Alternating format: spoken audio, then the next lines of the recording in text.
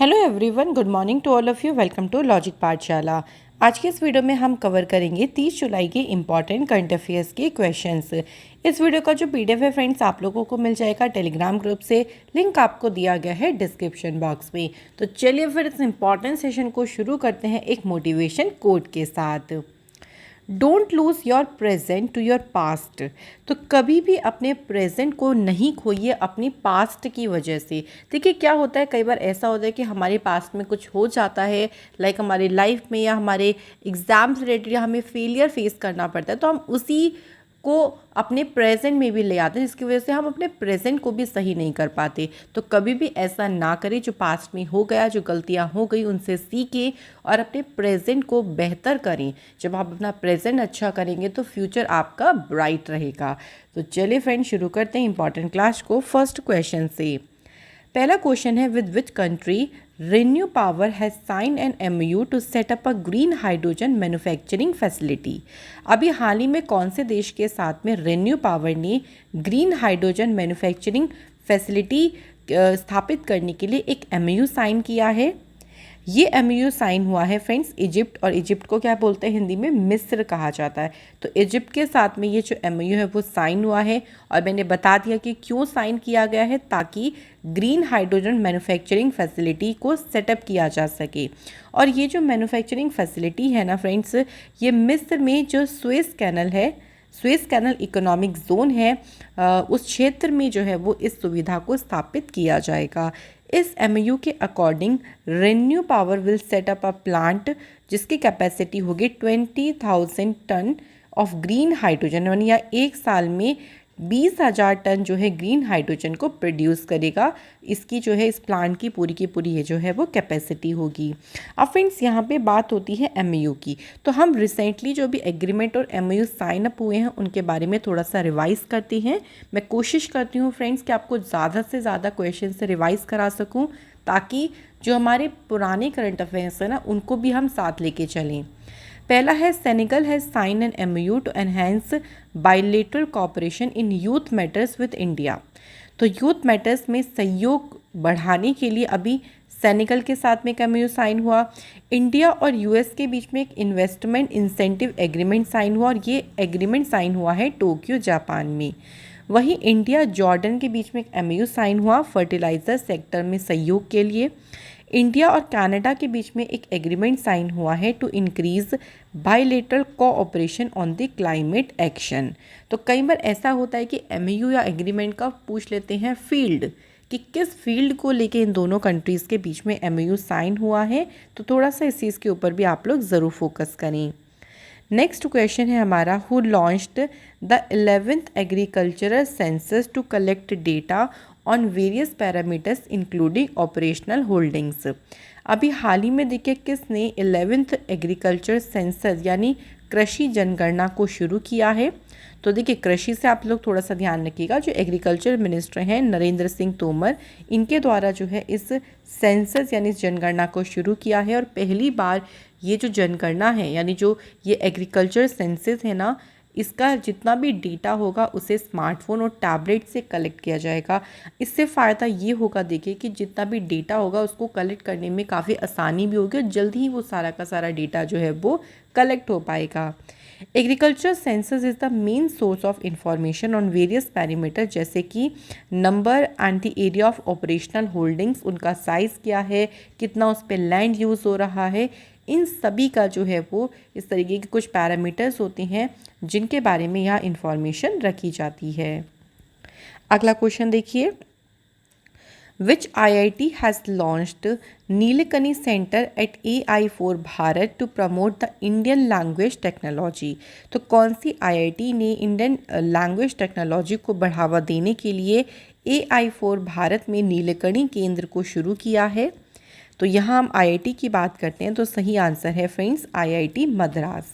यहाँ पे देखिए इसको इनॉग्रेट किसने किया है, तो इन्फोसिस के जो को फाउंडर हैं नंदन नीलकनी, इन्होंने इसे इनॉग्रेट किया। AI4 भारत जो है इसको भारतीय भाषाओं के लिए open source language artificial intelligence बनाने के लिए IIT मद्रास की इनिशिएटिव के रूप में इसे सेटअप किया गया था। अब यहाँ पे बात आती है फ्रेंड्स आईआईटी की। तो कुछ इंपॉर्टेंट न्यूज़, जैसे कि देखिए कौन सा इंस्टीट्यूट है जिसने अनाउंस करा to start compulsory course on caste awareness, तो ये अनाउंसमेंट करी आईआईटी मुंबई ने। कौन सा इंस्टीट्यूट है जिसने वर्ल्ड का स्मॉलेस्ट वियरेबल एयर प्यूरीफायर जिसको नाम दिया है नेसो 95, इसे लॉन्च किया? Answer is IIT Delhi. कौन से आईआईटी के रिसर्चर्स हैं जिन्होंने इंडिया का पहला इंडिजीनियस पॉलीसेंट्रिक प्रोस्थेटिक नी जिसका नाम रखा गया है कदम, इसे डेवलप किया? तो आईआईटी मद्रास के साइंटिस्ट ने जो है वो इसे डेवलप किया। नेक्स्ट क्वेश्चन, अगला क्वेश्चन है the Cochin shipyard limited has handed over the country's first indigenously aircraft carrier dash to the Indian Navy। अभी हाल ही में कोचिन शिपयार्ड लिमिटेड ने भारतीय नौसेना को देश का पहला इंडिजीनियसली एयरक्राफ्ट कैरियर सौंपा है। इस एयरक्राफ्ट का नाम बताना है।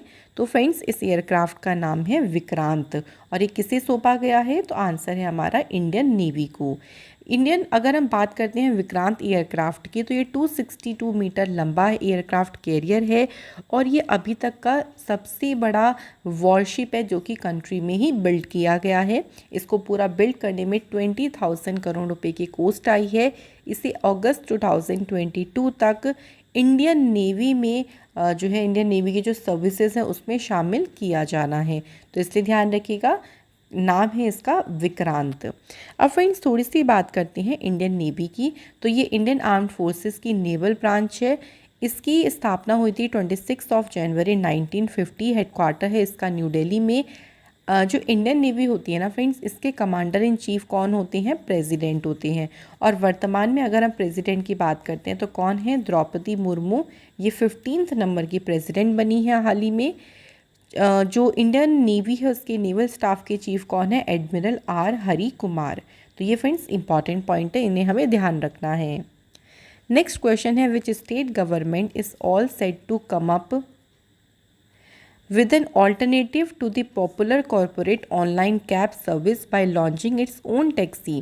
देखो कौन से राज्य की सरकार ने अपनी खुद की ई टैक्सी लॉन्च करके जो पॉपुलर कॉरपोरेट ऑनलाइन कैब सेवा है इसकी ऑल्टरनेट एक ढूंढ लिया है। कि जैसे आपने देखा हो कॉरपोरेट के लिए जो ऑनलाइन कैब सर्विसेज होती हैं उसी के ऑल्टरनेटिव तौर पर अपनी खुद की ही ई टैक्सी को लॉन्च किया है। किसने? केरल की सरकार ने। और इसको नाम भी दिया गया, इसे कहा गया है केरल सवारी। ठीक है फ्रेंड्स, इसका नाम ध्यान रखिएगा कि ऑनलाइन टैक्सी हायरिंग सर्विस है जो कि राज्य सरकार के द्वारा शुरू की गई है। और पहली बार ऐसा हुआ है कि किसी स्टेट गवर्नमेंट ने ऑनलाइन टैक्सी सर्विस को लॉन्च किया है। अब पहली बार हुआ है तो पहली बार इंडिया में कुछ और चीज़ें भी हुई हैं, चलिए इसको रिवाइज करती हैं। इंडिया का पहला जो एग्रीकल्चर एक्सपोर्ट फैसिलिटेशन सेंटर है इसे पुणे में लॉन्च किया गया। आंध्र प्रदेश ने लॉन्च किया इंडिया का पहला governmental run ambulance network animals के लिए। इंडिया का जो पहला सेंट्रलाइज्ड एसी रेलवे टर्मिनल है ये कहाँ पर है? बेंगलुरु में। इंडिया की पहली डिजिटल यूनिवर्सिटी कहाँ पर सेटअप हुई? केरल में। इंडिया का पहला लेबर मूवमेंट म्यूजियम को सेटअप किया गया केरल स्टेट में। और जो पहला एम्पटी क्लिनिक है इसे लॉन्च कहाँ किया गया है फ्रेंड्स? चंडीगढ़ में। तो ये हमारी इंपॉर्टेंट न्यूज़ हैं। नेक्स्ट क्वेश्चन की तरफ बढ़ती हैं। Which state government has sign an MOU with the Telangana government to set up a financial institution for women in the state. महिलाओं के लिए एक फाइनेंशियल इंस्टीट्यूशन स्थापित करने के लिए हाल ही में तेलंगाना की सरकार ने एक MOU साइन किया है। किसके साथ मिलकर? राजस्थान सरकार के साथ मिलकर। राजस्थान में देखिए जो महिलाएं हैं उनके लिए एक फाइनेंशियल इंस्टीट्यूशन की स्थापना के लिए समझौते पर हस्ताक्षर करे गए और उस इंस्टीट्यूशन का नाम है राजस्थान महिला निधि। ये जो इंस्टीट्यूशन है पूरी तरीके से वुमेंस के द्वारा ही ऑपरेट किया जाएगा और यहाँ पर जो एक तरीके से जो फॉर्मल बैंकिंग सिस्टम है उसकी कॉम्प्लीमेंट्री बॉडी के रूप में ये पूरा का पूरा कार्य करेगा। अब यहाँ पे बात आती है दो स्टेट की, राजस्थान और तेलंगाना। तो चलिए इनकी छोटी छोटी पॉइंट्स की बात कर लेते हैं। तो आप देख सकते हैं यहाँ पे है राजस्थान और यहाँ हम देख सकते हैं ये है तेलंगाना। राजस्थान की बात करते हैं तो एरिया वाइज जो है राजस्थान सबसे बड़ा स्टेट है। कैपिटल है इसकी जयपुर और जयपुर को कहा जाता है पिंक सिटी। गवर्नर है कालराज मिश्रा, चीफ मिनिस्टर हैं अशोक गहलोत। वहीं तेलंगाना की बात करते हैं, कैपिटल है हैदराबाद, गवर्नर है तमिलसाई सौंदरराजन, चीफ मिनिस्टर हैं के चंद्रशेखर राव और पहले तेलंगाना जो है वो आंध्र प्रदेश का पार्ट था, लेकिन 2 जून 2014 को तेलंगाना आंध्र प्रदेश से अलग होकर एक नया स्टेट बना। नेक्स्ट क्वेश्चन है which state government has issue an order to implement the first phase of the chief minister's breakfast scheme at government primary schools. तो जो सरकारी प्राइमरी स्कूल है वहाँ पे चीफ मिनिस्टर ब्रेकफास्ट स्कीम यानी जो मुख्यमंत्री नाश्ता योजना है इसके पहले फेज़ को लागू करने का आदेश जारी कर दिया है, और ये आदेश जारी किया है तमिलनाडु की गवर्नमेंट ने। तो अब देखिए इससे क्या होगा कि जो क्लास 1 to 5 यानी जो प्राइमरी स्कूल्स हैं उसमें 1.14 लाख चिल्ड्रंस को यहाँ से बेनिफिट मिलेगा, और इसमें जो पूरी कॉस्ट आएगी वो कितनी है 33.56 करोड़ रुपीज़। अब यहाँ पे हर एक स्टूडेंट्स को वेजिटेबल के साथ साथ में सांभर जो है इसके साथ साथ 150 से 500 ग्राम जो ब्रेकफास्ट है वो उपलब्ध कराया जाएगा। 2 दिन जो है breakfast will be made of millets यानी बाजरे से बनेगा। तो ये कुछ मेन्यू सा डिसाइड किया गया, लेकिन पहली बार ऐसा हुआ है कि ब्रेकफास्ट स्कीम शुरू करी है स्टेट गवर्नमेंट ने, और कौन सी स्टेट गवर्नमेंट है तमिलनाडु। फ्रेंड्स तमिलनाडु की कैपिटल है चेन्नई, सीएम है एमके स्टालिन, गवर्नर है RN Ravi. Mudumalai national park, Mukurthi, Indira Gandhi, Guindy and gulf of Mannar marine national park, ये सभी कहाँ पे हैं तमिलनाडु स्टेट में। बढ़ते हैं हम अपने अगले क्वेश्चन पे। Who has received the Indian council for cultural relations distinguished Indologist award for 2021। तो ये जो इंडोलॉजिस्ट पुरस्कार है ये अभी हाल ही में किसे मिला है? तो कैनेडियन स्कॉलर हैं, इनका नाम है जेफरी आर्मस्ट्रॉन्ग। इन्हें अभी हाल ही में ये जो पुरस्कार है ये मिला है। ये अवार्ड उन्हें मिला किस लिए है देखिए, तो यह अवार्ड आर्मस्ट्रॉन्ग को इंडियन हिस्ट्री और जो कल्चर है उसकी स्टडी में उनका जो कंट्रीब्यूशन रहा है उसी की रिकग्नाइजेशन में उन्हें ये अवार्ड मिला है। बात करें अगर हम यहाँ पे इंडोलॉजिस्ट अवार्ड की, तो इसकी शुरुआत 2015 में हुई थी, और यहाँ पे बात करें ICCR यानी Indian council for culture relations, इसकी स्थापना हुई 1950 में, और मौलाना अबुल कलाम आज़ाद के द्वारा जो है इसकी स्थापना फ्रेंड्स की गई थी। नेक्स्ट क्वेश्चन देखिए, which brand has replaced Paytm as the BCCI title sponsor for all international and domestic cricket matches. तो BCCI के टाइटल स्पॉन्सर के रूप में पेटीएम को रिप्लेस कर दिया है अब किसने? मास्टर कार्ड ने। तो अब इसका टाइटल स्पॉन्सर कौन हो गया है? Master card. सितंबर 2022 में ऑस्ट्रेलिया के अगेंस्ट BCCI के जो टाइटल स्पॉन्सर है उसमें मास्टर कार्ड की ये पहली सीरीज़ रहेगी। Paytm has been BCCI title sponsor since 2015। Paytm जो था वो 2015 से BCCI का टाइटल स्पॉन्सर था, लेकिन अब जो है ये सारा का सारा जो राइट्स हैं वो किसके पास चले गए हैं? मास्टर कार्ड के पास में। अब फ्रेंड्स बात करते हैं थोड़ी सी BCCI की, यानी इसकी फुल फॉर्म है board of control for cricket in India. इसकी स्थापना हुई 4 दिसंबर 1928। हेडक्वार्टर है मुंबई महाराष्ट्र में। प्रेसिडेंट है सौरव गांगुली। वाइस प्रेसिडेंट का नाम है राजीव शुक्ला। अगर हम इंडियन टीम में क्रिकेट की बात हो रही, देखिए यहाँ पे मेंस कोच की बात करते हैं तो वो कौन है? राहुल द्रविड़। और वुमेंस टीम के जो कोच हैं उनका नाम फ्रेंड्स क्या है? रमेश पवार। अगला क्वेश्चन देखिए, नेक्स्ट क्वेश्चन है among the following which has been unveiled as a official slogan for the 2024 Paris Olympic. तो किसका हमें बताना है 2024 में जो पेरिस ओलंपिक होंगे इसके ऑफिशियल स्लोगन के रूप में अभी हाल ही में किसे अनवील किया गया है? तो इसका जो ऑफिशियल स्लोगन रहेगा वो है गेम्स वाइड ओपन, और ये कब होंगे ओलंपिक? 2024 में। पहले 1900 और 1924 में होस्ट के बाद में पेरिस 2024 में तीसरी बार जो है समर ओलंपिक मतलब पेरिस जो है वो इसकी मेज़बानी करेगा। 2024 के जो समर ओलंपिक्स हैं ये 26 जुलाई से शुरू हो गए थे और ये कब तक चलेंगे? 11 अगस्त तक। नेक्स्ट क्वेश्चन है हमारा, विच Formula 1 driver has announced his retirement from Formula 1 इन जुलाई 2022। अभी हाल ही में कौन से Formula 1 ड्राइवर ने अपनी जो है वो रिटायरमेंट की अनाउंसमेंट करी है? आंसर है सेबेस्टियन बेटल। तो 4 बार ये वर्ल्ड चैम्पियन रही हैं सेबेस्टियन बेटल, और इन्होंने अपनी अनाउंसमेंट करी है अपने रिटायरमेंट की। सेबेस्टियन देखिए करंटली जो है 53 विक्ट्री के साथ में बात करें तो आप देख सकते हैं all time grand prix winner की जो लिस्ट है उसमें ये तीसरे प्लेस पर हैं। वेटल ने 2010 और 2013 के बीच रेडबुल के साथ अपनी 4 चैम्पियनशिप जीती थी। इन्होंने अपना जो डेब्यू यानी इन्होंने जो स्टार्ट किया था ना वो 2007 से किया था। अब फार्मूला 1 की बात होती तो चलिए अभी कुछ फार्मूला 1 रेसेस आपको पता है काफ़ी सारी हो गई हैं, तो इनके विनर्स हम लोग एक आध थोड़े से रिवाइज कर लेते हैं।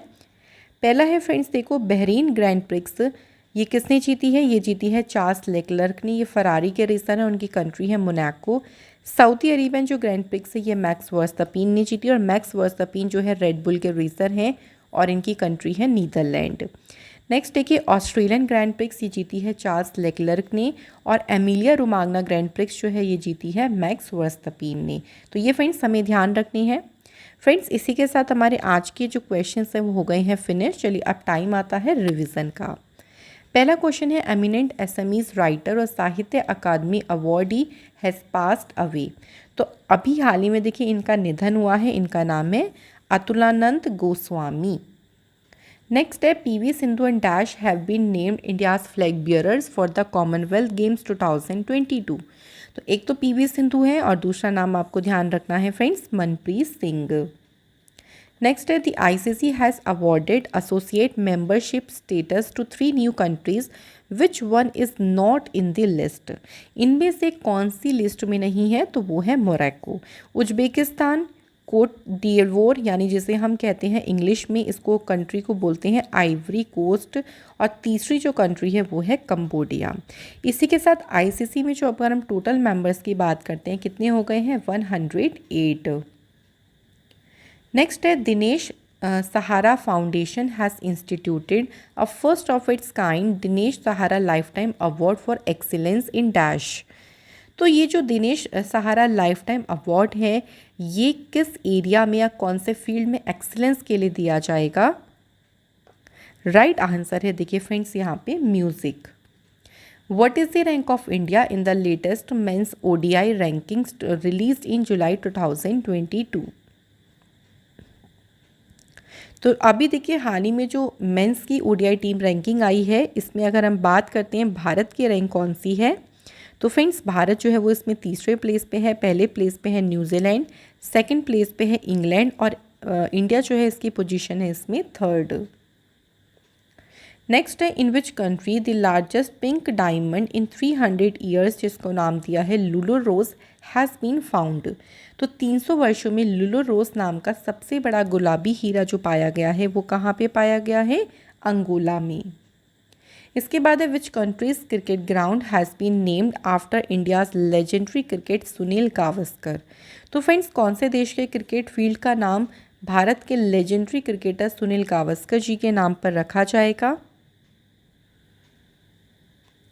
राइट आंसर देखिए फ्रेंड्स है यहाँ पे England is the correct answer. तो इंग्लैंड में क्रिकेट ग्राउंड है जिसका नाम सुनील गावस्कर जी के नाम पर रखा जाएगा।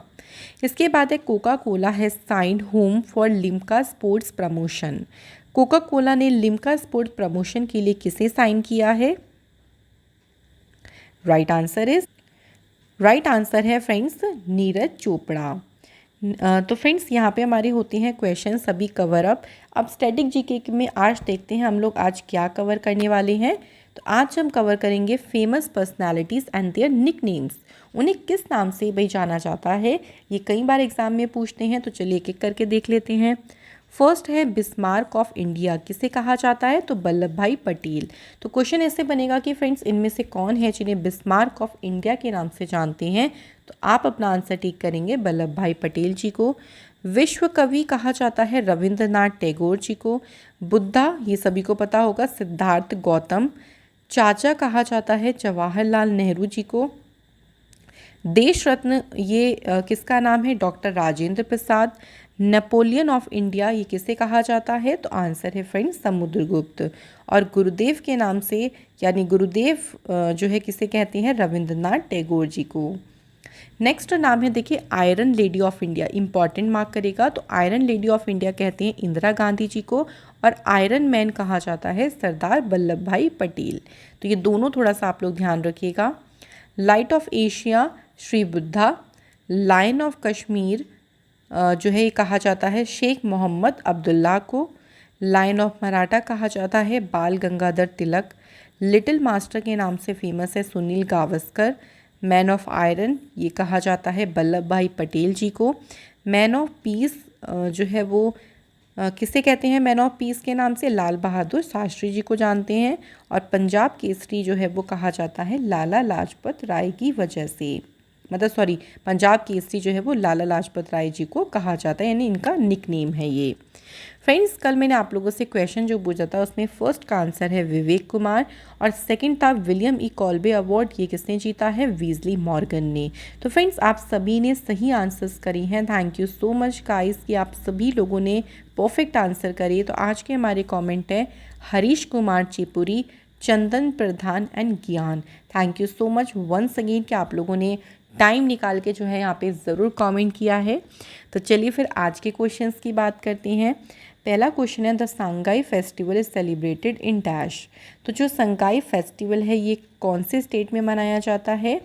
सेकंड है in which of the following city elephant festival is celebrated annually. इनमें से कौन सा शहर है जहाँ पे हर साल एलिफेंट फेस्टिवल मनाया जाता है। तो फ्रेंड्स आज की हमारी क्लास के सभी कॉन्सेप्ट क्लियर हुए होंगे, आप लोगों को ज़रूर समझ आया होगा, चाहे वो रिवीजन पोर्शन हो, स्टैटिक जीके का पोर्शन हो, या फिर करंट अफेयर्स की न्यूज़ हो। इसके अलावा फ्रेंड्स अगर आप कोई भी टॉपिक पढ़ना चाहते हैं, आपकी कोई डिमांडिंग वीडियो है, तो आप लोग मुझे कमेंट सेक्शन में बता सकते हैं, या फिर आप मुझे टेलीग्राम पर भी डायरेक्ट मैसेज कर सकती हैं। तो हम उस पर आपको जल्द ही वीडियो प्रोवाइड करने की कोशिश करेंगे। मिलूंगी मैं आप लोगों से अगले इंपॉर्टेंट सेशन में। Thank you so much for watching this video.